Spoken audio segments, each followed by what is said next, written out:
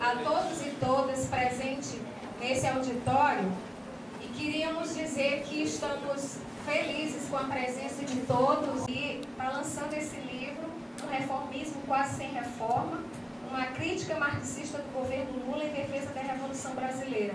Mas nós temos outros livros também do Valério, a exemplo, As Esquinas Perigosas da História, Situações Revolucionárias em Perspectiva Marxista, O Encontro da Revolução com a História. São alguns dos livros.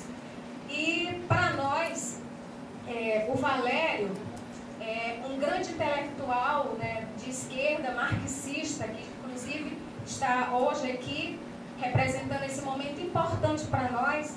Queremos dizer assim, da satisfação e ao mesmo tempo assim, falar um pouquinho quem é Valério, né?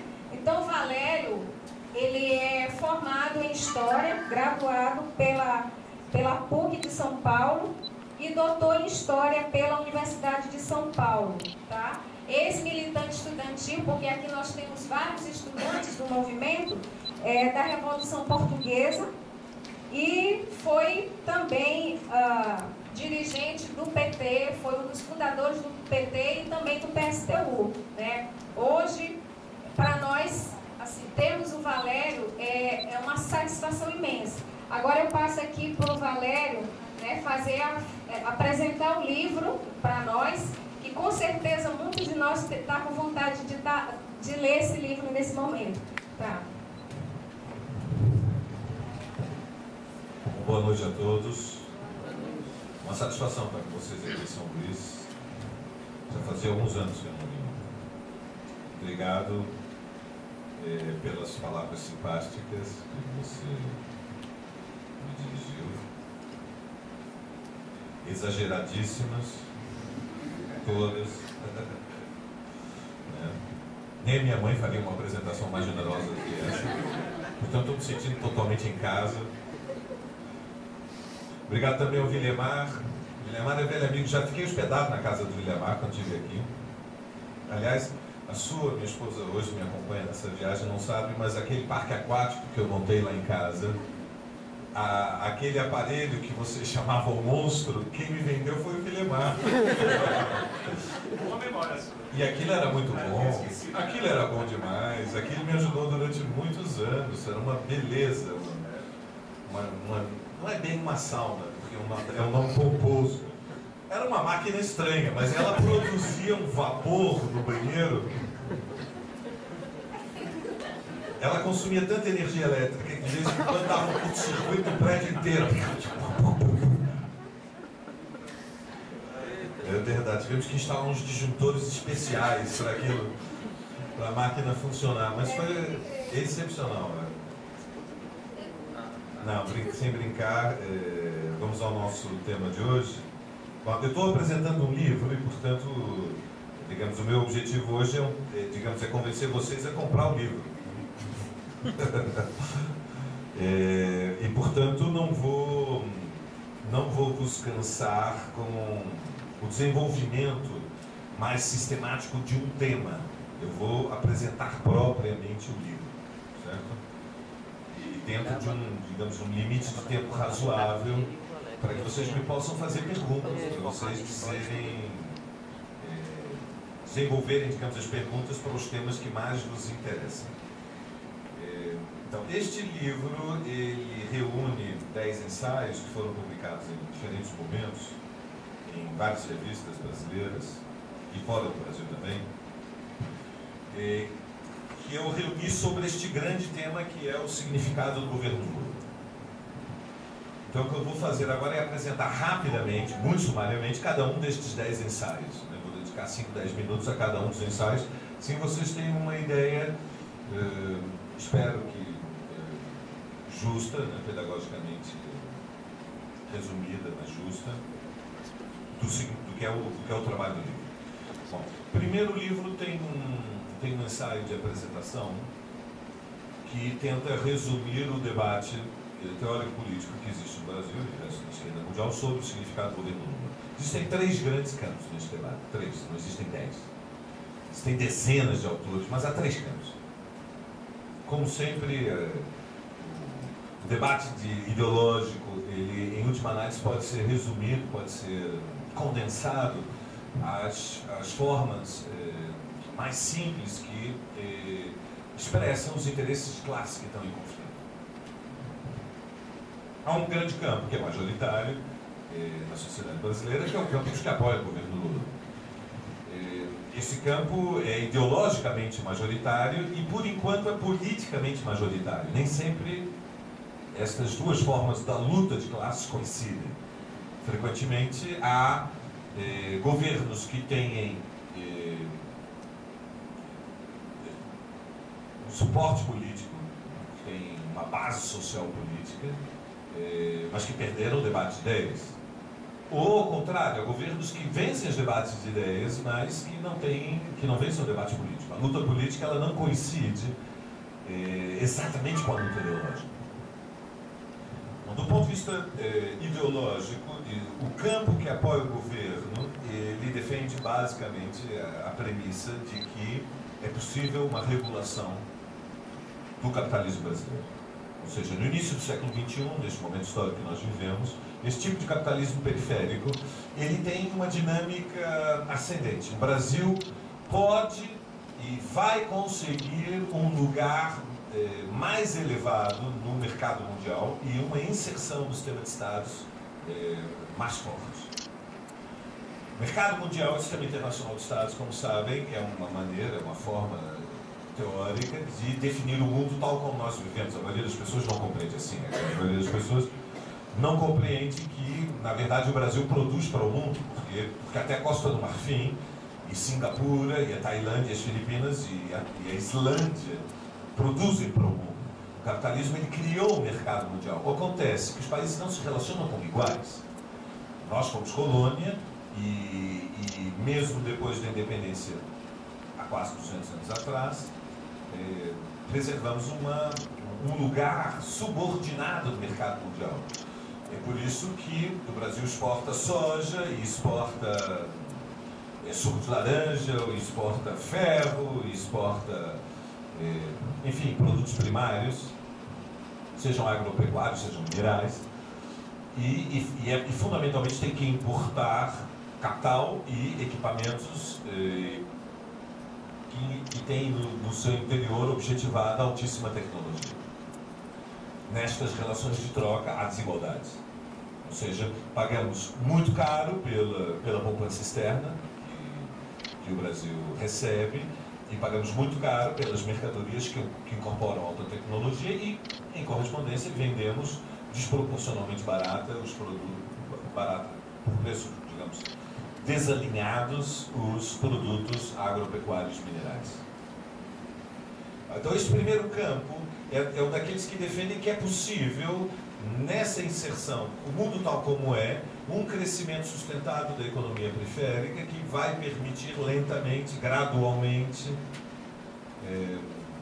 uma redução das desigualdades sociais e, sobretudo, o progresso, o desenvolvimento. E seria possível essa regulação através de políticas públicas como o Bolsa Família, ou a elevação do salário mínimo, e o mais importante de tudo, o pleno emprego, ou a redução do desemprego a taxas relativamente baixas, próximas de 5% da PE, da população economicamente ativa. Este campo ele defende também que a colaboração de classes e a coalizão política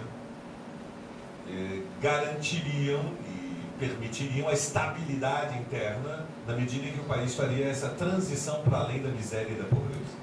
Por isso, o discurso oficial do governo é que o governo Dilma tem como meta eliminar a miséria absoluta até 2014. A colaboração de classes, ela prevê a paz social. Só há colaboração de classes quando os trabalhadores, os setores médios e a grande burguesia, que são as três classes fundamentais, embora haja funções internas, enfim, heterogeneidades no interior de cada uma dessas classes, mas simplificando estes três blocos de classe, a classe trabalhadora, as classes médias e a burguesia, se unidas, garantiriam a paz social necessária para termos o crescimento. Um projeto nacional, em última análise. Um projeto em que haveria custos e benefícios para as três classes. isto seria possível de ser construído. A coalizão política é a expressão no terreno da luta de partidos, que é a forma moderna como se faz a luta política no mundo inteiro. A coalizão política seria a maneira de garantir dentro da institucionalidade a coesão social que a colaboração de classe persegue. Em última análise, este campo defende que o Brasil pode se transformar num país com indicadores econômicos e sociais no intervalo relativamente breve, ou seja, no intervalo de uma geração de 25 anos, indicadores econômicos e sociais semelhantes aos dos países centrais. Este é um grande campo, portanto, da luta ideológica. Existe um outro campo, oposto a esse, pela raiz, e que defende que isto não é possível, que é no Brasil expresso por frações muito minoritárias da burguesia, mas que existem, que são oposição ao governo Lula, mas são muito minoritárias, que defendem que o Brasil deve procurar uma associação direta com o capital financeiro internacional.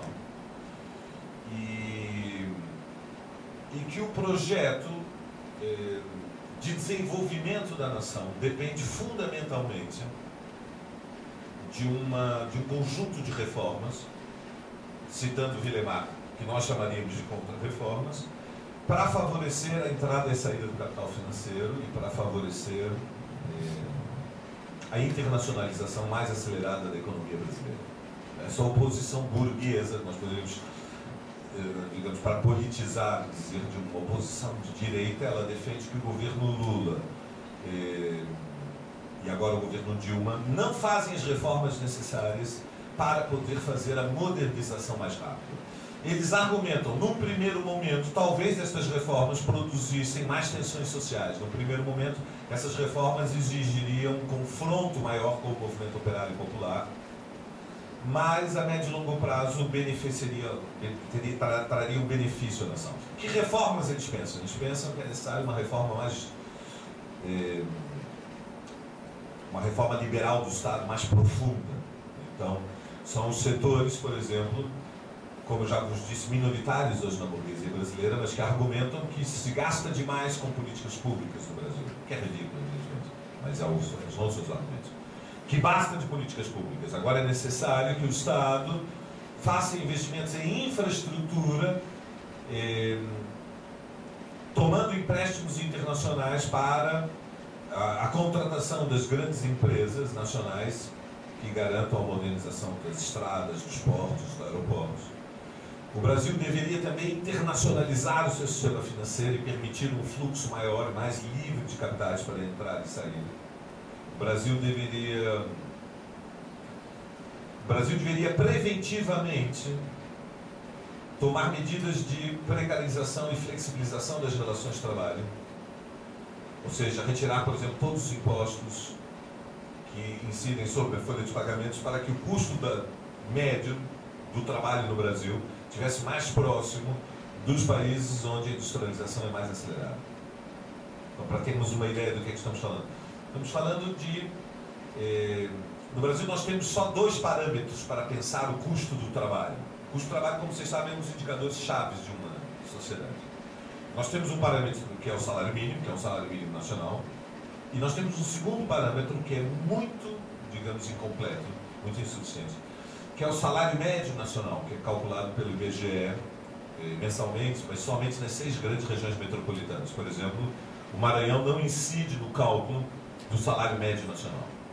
Vocês vão ficar surpresos, o salário médio nacional calculado pelo IBGE sobre aqueles que são pesquisados, que são as 6 regiões metropolitanas, está em torno de R$ 1.700, que certamente é muito maior do que o salário médio do Maranhão, evidentemente. Mas o Brasil é um país que não tem salário médio nacional, portanto há muitas variações regionais de salários. É próprio de países continentais, como nos Estados Unidos não há salário médio. É diferente da França, que é um país unitário, onde há um salário médio.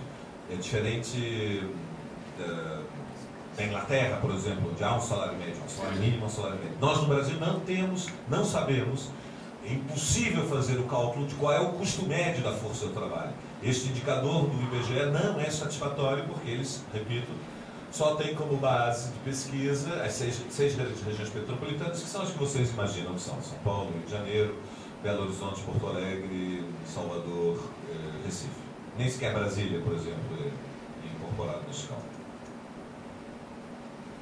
O problema para esta oposição de direita, ou esta oposição liberal mais reacionária, é que o custo médio do salário no Brasil, comparativamente ao custo médio do salário asiático, é alto. Nós não sabemos exatamente quanto é, mas é alguma coisa entre o salário mínimo e os 1.700 do salário médio. É muito provável que esteja pouco acima de R$1.000, esteja em torno de 1.100, R$1.200. Alguma coisa, portanto, muito próxima de $500, $600, entre 500 e 600 dólares. O problema é que o salário médio industrial na China, que multiplicou-se por 5 em 10 anos, cresceu 500% em 10 anos, continua abaixo de $300. E, portanto, nós temos um salário médio nacional, custo médio da força de trabalho no Brasil, que é pelo menos o dobro da chinesa. Bom, isto evidentemente é um problema para a burguesia brasileira, tanto mais se vocês considerarem que uma das chaves da política de austeridade defendida pela Merkel e pela União Europeia, veremos agora, depois da eleição francesa, como evolui a situação na União Europeia, mas um dos objetivos fundamentais de todas essas políticas de austeridade é baixar o custo da força de trabalho europeia. Para nós termos ideia em que medida já houve a queda do salário médio, bom, o salário médio grego estava em alguma coisa em torno de 900 euros há 3 anos atrás, calcula-se que já caiu para alguma coisa em torno de 750 euros. O salário médio português está em 700 euros. Para termos uma ideia em dólares comparativos, ponham 30%. Então, o salário médio português de 700 euros são 900 dólares. Enquanto o nosso seria alguma coisa entre 500 e 600 dólares. E o chinês estaria em alguma coisa entre 250 e 300 dólares. Para nós temos 3 referências claras. Bom, este setor que está na oposição ao governo Lula, ele quer salários médios mais próximos dos salários médios asiáticos. E dou o chinês como referência, atenção. Não há nenhum cálculo sobre o que é o salário médio da Índia, porque pelas diferenças internas, enfim, é quase um continente, tem enormes variações, mas sabemos que no Sudeste Asiático, economias que hoje são um foco de investimentos externos e que estão passando por processos de industrialização muito acelerados, como é o caso, por exemplo, do Vietnã ou da Indonésia, tem salários médios industriais abaixo de 200 dólares. E, portanto, já a indústria chinesa, pelo menos a indústria da costa chinesa, já não é a base de referência do custo da força de trabalho no mercado mundial. Ela já foi deslocada para regiões ainda mais periféricas dentro da Ásia. Sociedades, portanto, que estão vivendo de maneira ainda mais atrasada, mais retardatária do que a China, a transição de uma economia agrária para uma economia urbana. Estão fazendo essa passagem que o Brasil começou há meio século atrás, mas que agora começam meio século depois do Brasil a transição de economias e sociedades agrárias para economias e sociedades urbanas. Então, este é o segundo campo. É o segundo campo daqueles, digamos, que olham para Dilma e dizem: bota para quebrar. Bota para quebrar. Botar para quebrar é flexibiliza, precariza, faz a reforma. E as reformas-chave são, evidentemente, como vocês sabem, a reforma trabalhista e a reforma fiscal. Para a burguesia, essas são, digamos, essa é a picanha do churrasco da burguesia brasileira. Né? Eles olham para Brasília e salivam de apetite pensando: e se houvesse uma reforma trabalhista? E se houvesse uma reforma fiscal que permitisse que a velocidade da acumulação capitalista, né, fosse mais rápida, mais acelerada? Bom, este livro que eu vos apresento hoje, ele inicia com esta apresentação, que ele apresenta esses 3 campos e tenta explicar por que há um terceiro campo. Que nenhum destes 2 campos ideológicos, eles explicam o que aconteceu no Brasil nesta década. Quase 10 anos já, completamos 10 anos de governos do PT, da coalizão dirigida pelo PT, e então este livro ele marcha contra a corrente destes 2 campos. E caracteriza esses dois campos como campos burgueses. É uma disputa política entre diferentes frações burguesas. Embora o primeiro campo, o campo dos que defendem a colaboração de classes, defendem, enfim, o projeto nacional petista. Na universidade agora existe uma tendência próxima ao governo que denomina esse projeto do governo Dilma como um projeto desenvolvimentista. Quer dizer, desenvolvimentista é a maneira de... é o eufemismo, né, uma maneira polida e embelezadora de tentar explicar que o crescimento econômico, embora tenha beneficiado muito mais a acumulação capitalista e, portanto, os rentistas, de resto, as mais diferentes frações burguesas, o agronegócio, mesmo os setores industriais foram muito beneficiados pelo governo Lula, mas o desenvolvimentismo é uma maneira de tentar diminuir um elemento-chave da avaliação dos últimos 10 anos, que é que a riqueza fundamentalmente se concentrou nas mãos das grandes empresas, dos grandes grupos monopólios, dos grandes oligopólios, que de resto robusteceram, se engrandeceram, e alguns deles passaram a ser, como hoje se denomina, grandes players, passaram a ser grandes atores dentro da economia mundial. A apresentação ela tenta também explicar por que esses 10 anos foram 10 anos de crescente estabilidade política e por que nós podemos dizer que o governo Lula é o mais estável, portanto, o mais forte dos governos que o Brasil conheceu desde que caiu a ditadura. O que, em princípio, é um pouco um paradoxo. Como é que o Partido Operário, construído como a oposição radical ao último governo da ditadura, se transformou no partido central, né, na coluna vertebral de uma coalizão de classes, de um bloco político, social, que permitiu que a burguesia brasileira se fortalecesse, se transformasse numa das frações burguesas, se não a fração burguesa mais poderosa na periferia do capitalismo. É uma ironia da história tremenda. Quer dizer, olhando para trás, há 30 anos atrás, quem poderia prever que o metalúrgico saiu das greves do ABC e o partido que ele ajudou a construir seria o partido que faria a Avenida Paulista suspirar de alegria, porque nunca ganharam tanto dinheiro com tão poucas preocupações. Essa digamos, é uma ironia da história terrível, terrível. Ninguém poderia ter previsto isso há 30 anos atrás, com a gravidade do que aconteceu.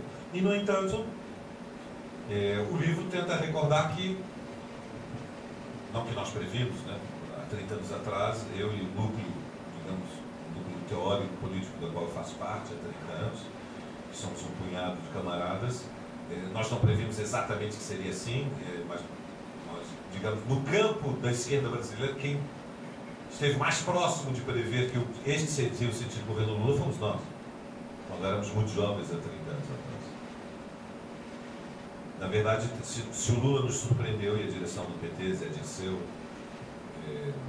Gilberto Carvalho, Luiz Busquem, enfim, o núcleo histórico que Aloysio, que agora é o ministro da Educação, que, digamos, deu forma ao que foi a corrente dominante dentro do PT, se eles nos surpreenderam, que eles, com um despojamento espantoso, foram muito mais à direita do que nós alguma vez tínhamos pensado. Quer dizer, nós já tínhamos previsto que eles iam se ajoelhar diante da classe dominante brasileira, mas nunca pensamos que seria algo tão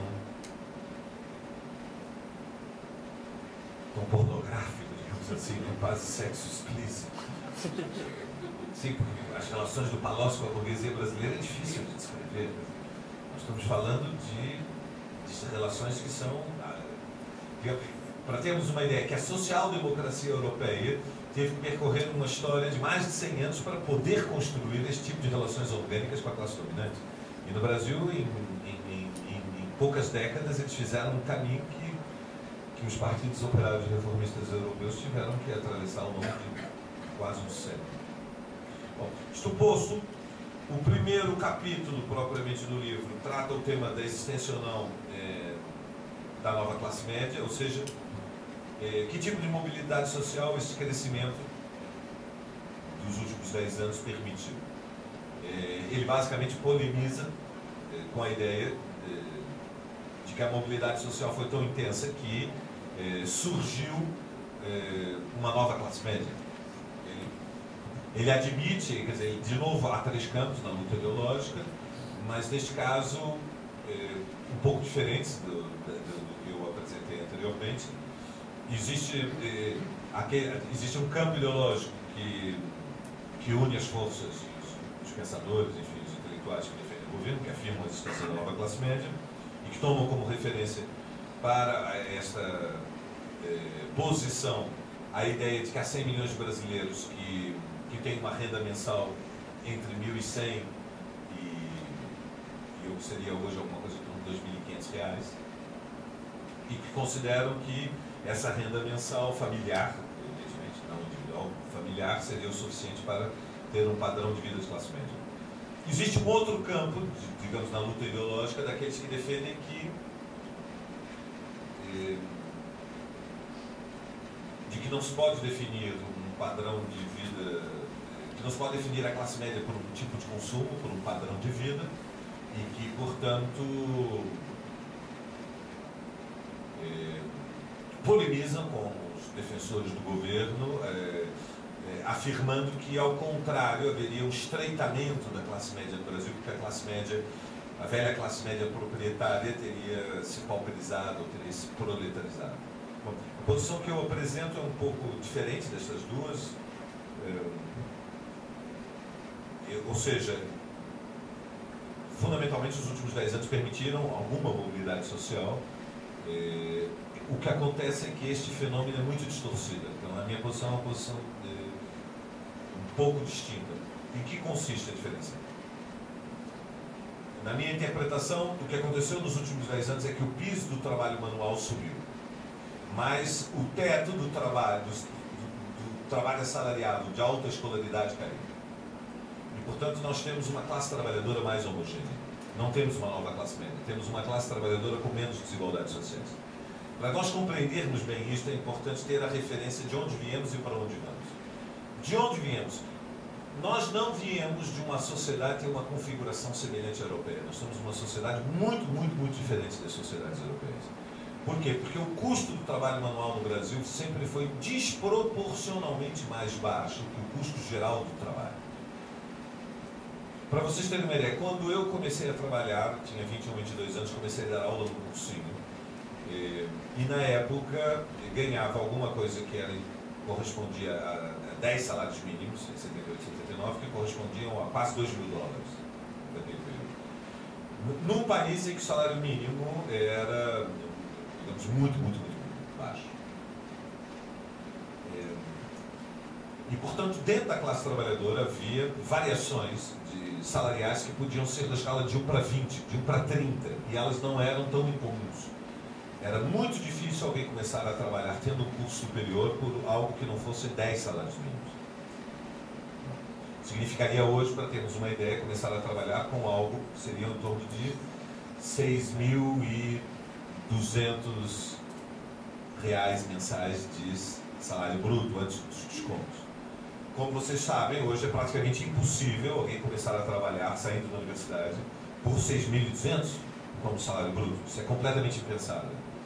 Então, na verdade, o salário mínimo de hoje é, mesmo em termos reais, muito mais elevado do que era o salário mínimo de 30 anos atrás, e o salário inicial da autoescolaridade é muito mais baixo. Portanto, houve uma queda lenta, mas contínua e ininterrupta, na verdade, dos últimos 30 anos, do trabalho assalariado de alta escolaridade, e uma evolução lenta, mas também gradual e contínua, que não começou no governo Lula, começa, para sermos justos, antes do governo Lula, começa com a estabilização, começa com as lutas dos anos 80 e prossegue através da estabilização da moeda brasileira no governo Itamar, depois do governo Fernando.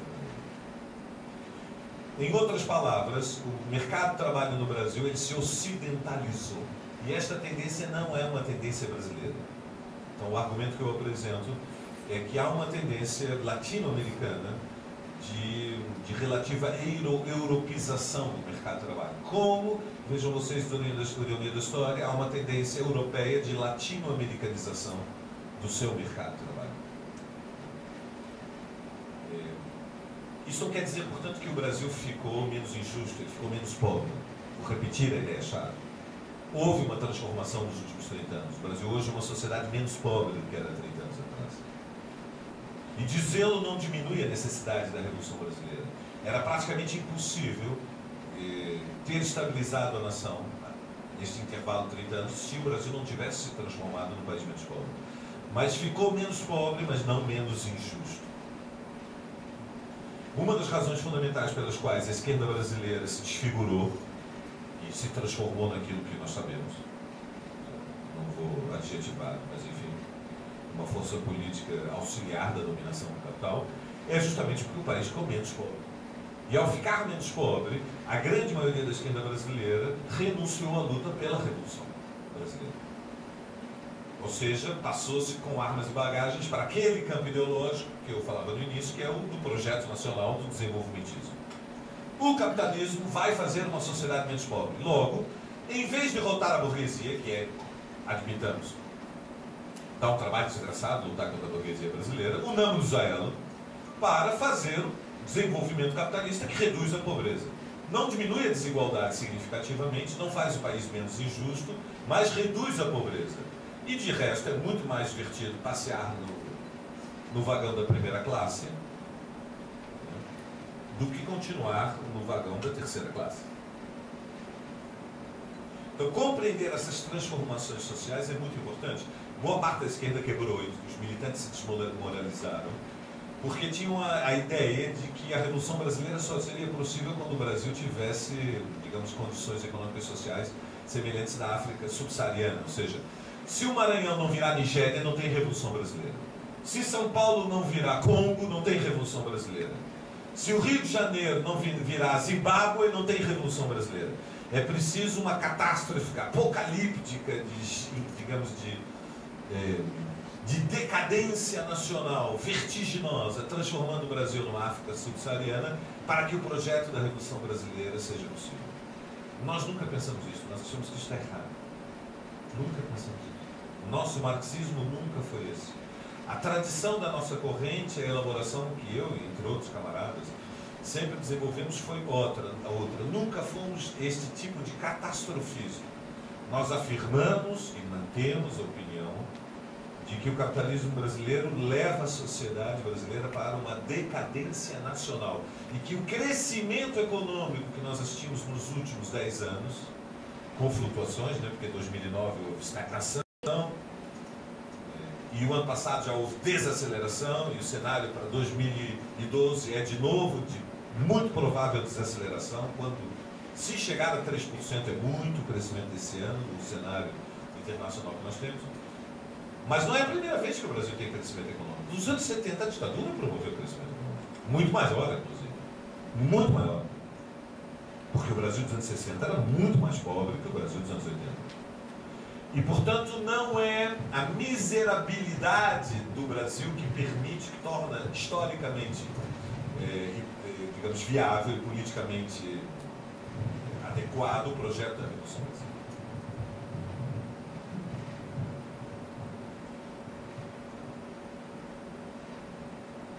Não é porque passam fome que as pessoas lutam. Se a fome fosse o motor da luta, a Índia seria, digamos, a referência central da revolução do século XX.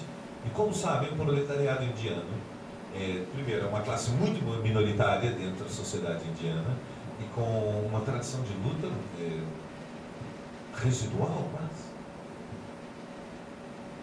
As condições para a luta revolucionária não são as da miséria absoluta. As pessoas não lutam porque não têm, as pessoas lutam quando perdem o que têm. Não porque não têm. Os que não têm estão esmagados pela miséria material e cultural. É preciso que haja uma maturidade de classe para poder lutar como um projeto hegemônico, ou seja, como um projeto de transformação da sociedade para uma sociedade superior ao capitalismo, não inferior ao capitalismo. países agrários como a Nigéria ou a Índia são países onde a grande maioria da população economicamente ativa está realmente na miséria, mas não é proletária. São países agrários, camponeses, infelizes. O projeto da Revolução Socialista não é o projeto da mobilização dos infelizes. Vou repetir. O projeto da Revolução Brasileira não é o projeto da mobilização dos infelizes. O projeto da Revolução Brasileira é o projeto da mobilização do proletariado aliado às frações de classe que podem derrotar o capitalismo brasileiro. E só um proletariado confiante em si próprio, orgulhoso de si próprio, e que, portanto, tem autoconfiança, é que pode ganhar hegemonia sobre o conjunto da sociedade para derrotar o capital. A burguesia brasileira é uma classe muito poderosa. Muito poderosa. Então, o proletariado que tem que ter experiência de luta, o proletariado tem que desenvolver nível político. E para desenvolver nível político tem que se educar culturalmente. E a classe trabalhadora brasileira, ela vem se formando, mas estamos na infância da classe trabalhadora brasileira, na infância do proletariado brasileiro. Ao dizer que estamos dizendo que estamos na infância, não quer dizer que ela vai ter que viver um século para chegar à maturidade, como o proletariado dos países centrais, porque sabemos que o desenvolvimento é desigual e combinado. E os que chegaram por último poderão ser os primeiros. Podem aprender muito mais rapidamente. Justamente porque é lançada na arena do mercado mundial tardiamente e tem a vantagem dos jovens. A vantagem dos jovens é que eles caminham mais leves, não carregam sobre os seus ombros a memória de muitas derrotas. Imaginem a Revolução na Alemanha. Qual é o maior obstáculo da Revolução na Alemanha? O maior obstáculo é que já tentaram fazê-lo uma vez e foram derrotados e tiveram o nazismo.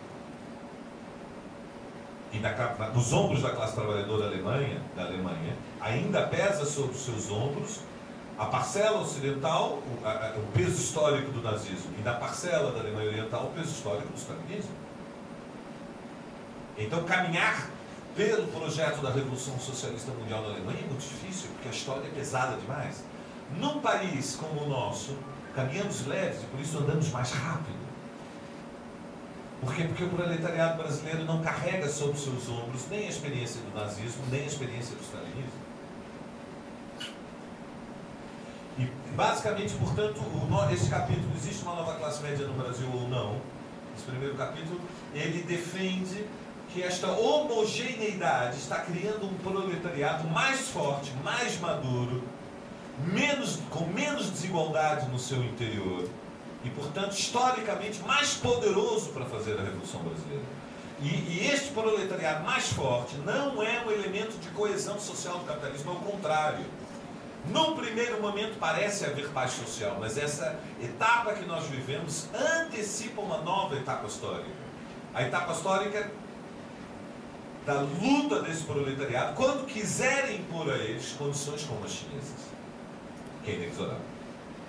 Quando ele perder o pouco que conquistou nos últimos 30 anos, mas houve conquistas nos últimos 30 anos, porque se lutou muito nos anos 80, e tudo que veio depois são, na verdade, consequências reformistas da luta revolucionária dos anos 80. Não dá para entender nada, nem Bolsa Família, nem elevação do salário mínimo, nada no Brasil de hoje. Nada, absolutamente nada. Se não lembrarmos que em 84, 8 milhões de pessoas foram às ruas e, ao marcharem, fizeram a Avenida Paulista entrar quase em pânico por causa das diretas. E vejam, eram eles, uma fração deles, da burguesia, que dirigia as diretas, não era um movimento independente da classe operária. Mas isso não importa, o que importa era a força social de choque que as diretas demonstraram que o povo brasileiro, nesta sociedade urbana, que foi se construindo depois do varguismo, conquistou. É por isso, não é por acaso que o Sarney, para fazer uma referência ao vosso querido Maranhão, é o presidente do Congresso. Não se ofenda que eu tenho que falar do Sarney. Porque o Sarney é um dos símbolos da colaboração de classe. Que o primeiro presidente civil seja um dos maiores interlocutores, se não maior, do governo, dos 10 anos do governo do PT, com as oligarquias mais reacionárias do país, que são as frações agrário-urbanas em transição da burguesia nordestina e do norte do país, não é algo secundário.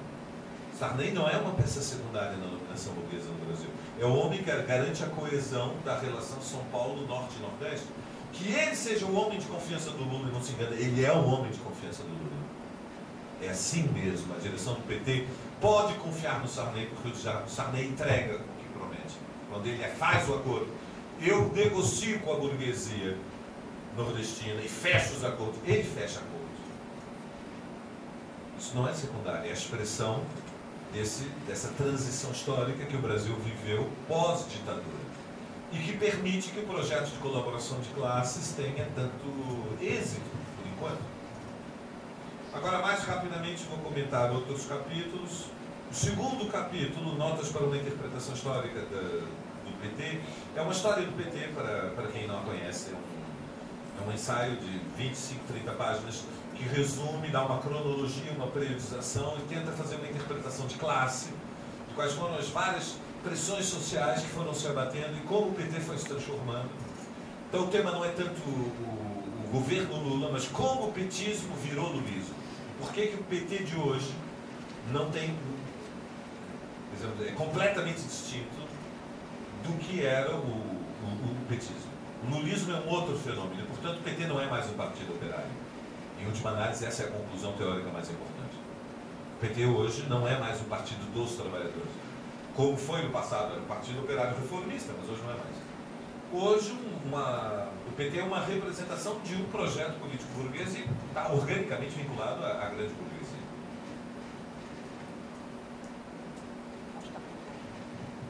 O terceiro capítulo vai ao tema sindical, que passou por turbulências enormes nestes 10 anos, e basicamente tenta descrever qual era o cenário do movimento sindical antes da eleição do Lula e quais seriam as perspectivas para o movimento sindical no período do governo do Lula. Chama-se Ir ou Não Ir Além da CUT. E o tema central é se a estratégia para a Revolução Brasileira era lutar para separar a CUT do PT e libertar a CUT do governo e transformar a CUT no instrumento da Revolução Brasileira contra o projeto do governo de colaboração de classes, ou se a estratégia era libertar a maior quantidade possível de sindicatos dentro da CUT e construir um novo instrumento. Basicamente é um texto escrito em 2003, no início do governo Lula, defendendo que a experiência histórica sugeria, não impedia na época, não havia como prever, mas sugeria que seria muito difícil libertar a CUT do governo e separar a CUT do PT. Que a chave da estratégia era construir um novo instrumento e portanto, ele defendia a ideia de que a unicidade sindical pela base é progressiva, mas a unicidade sindical nas centrais era reacionária. Portanto, defendia a liberdade sindical, defendia o critério de unidade sindical, mas não de unicidade sindical, contra a ideia de uma central sindical única, a favor de pluralidade de centrais sindicais. E defendia, portanto, um novo instrumento que veio a se configurar na CSP com lutas, pelo menos agora, por enquanto, ainda é a forma que nós temos mais avançada. Oxalá seja possível ir além. Quarto capítulo é sobre o mensalão. Isto é para quem for mais jovem e quiser ter uma contextualização do que aconteceu em 2005. O ano 2005 é um ano atípico nessa série de 10 anos. Quer dizer, 2005 foi o ano mais divertido desses últimos 10 anos. Quem não o viveu não tem ideia do que aconteceu. Foi realmente um ano atípico, mas foi um ano excepcional. Então, esse capítulo chama-se O Dia em que o PT Morreu. Quer dizer, o velho PT, o PT operário independente dos patrões, ele morreu em 2005. O capítulo seguinte trata do tema do ultra-esquerdismo.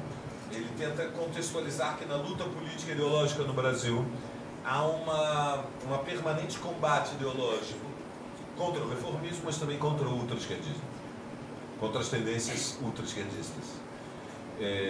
Ele tenta resumir o que é na história o extremismo de esquerda, o extremismo de ultra-esquerda. Curiosamente, no Brasil, surgiu um extremismo de ultra-esquerda durante o governo Lula.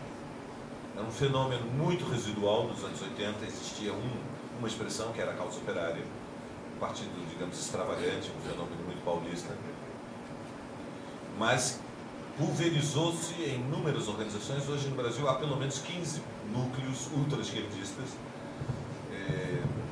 quase todos eles de importância, digamos, marginal, mas que fazem parte do cenário, digamos, da luta ideológica e que, portanto, merecem ser respeitados como adversários ideológicos. Esse é um capítulo que eu faço, digamos, luta ideológica contra os critérios da ultra-esquerda.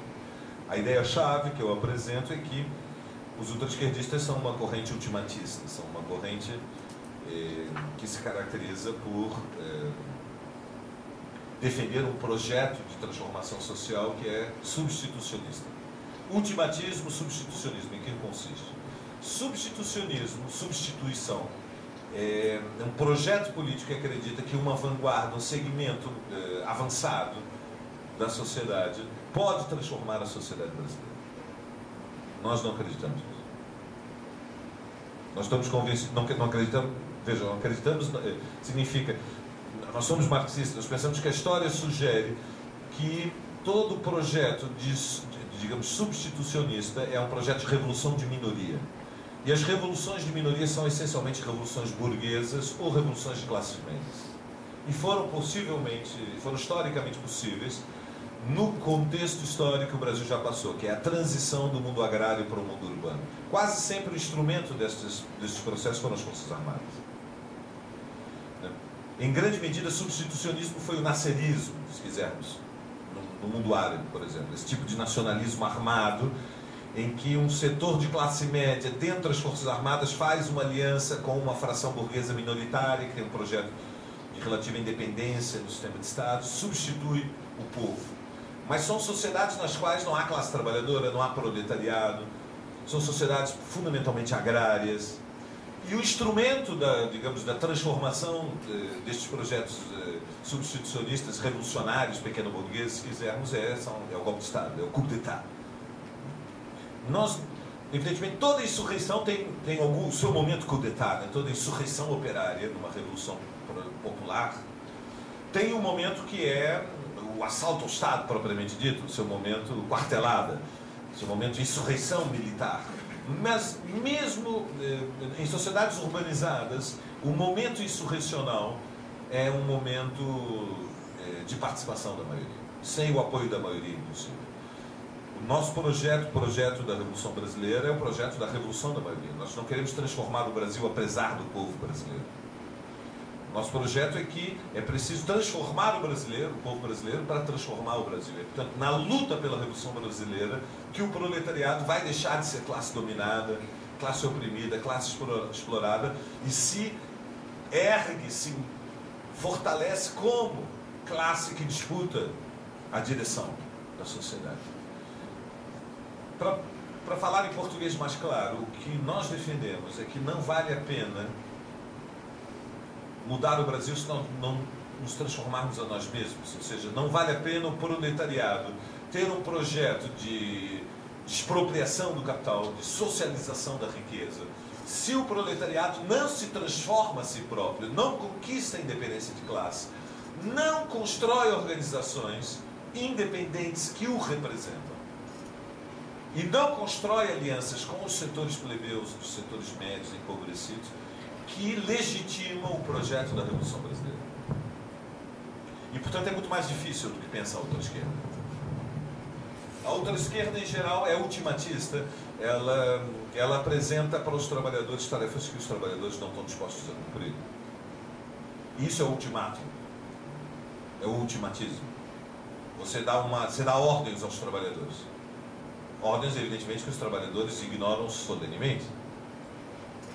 Então, invariavelmente, digamos, o repertório da esquerda não é muito amplo, ele oscila sempre entre greve geral e greve geral. Basicamente, o tema sempre é quando se vai marcar a próxima greve geral. O ultra-esquerdismo, como vocês verão no capítulo, as raízes históricas remetem ao que no século XIX era chamada a carbonária, ou depois o anarquismo, com as suas várias tendências. o anarquismo mais insurrecionalista, o anarquismo mais na forma russa, que é substitucionista e é basicamente